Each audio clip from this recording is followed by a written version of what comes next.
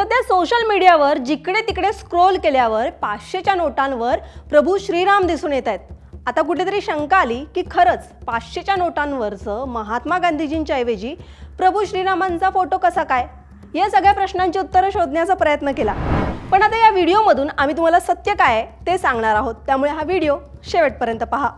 प्रभू श्रीराम यांचा अभिषेक सोहळा जसजसा जवळ येतोय तसतशी उद्घाटनाची तयारी देखील जोर धरू लागली आहे। राम भक्तांमध्ये देखील उत्साहाचं वातावरण आहे। यात आता 500 रुपयाची नवीन नोट सोशल मीडियावर व्हायरल होतीये।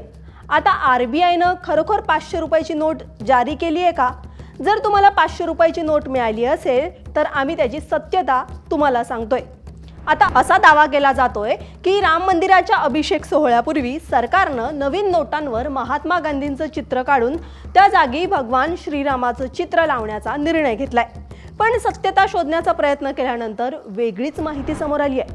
ही नोट व्हायरल होत असताना रिझर्व्ह बँक ऑफ इंडियाकडून प्रभू श्रीरामाचं चित्र असलेल्या 500 रुपयाच्या नव्या नोटेबाबत कोणतीही माहिती समोर आलेली नाही। भगवान श्रीरामाच्या फोटोसह व्हायरल होत असलेली 500 रुपयाची नोट बनावट आहे।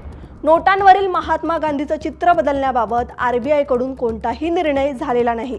त्यामुळे सध्याच्या 2000 रुपयांच्या नवीन नोटांवर किंवा 500, 200, 100, 50, 20 आणि 10 रुपयांच्या नोटावर महात्मा गांधीजींचंच चित्र असणार आहे। त्यामुळे सावध रहा आणि हा व्हिडिओ जास्तीत जास्त लोकांपर्यंत नक्की शेअर करा।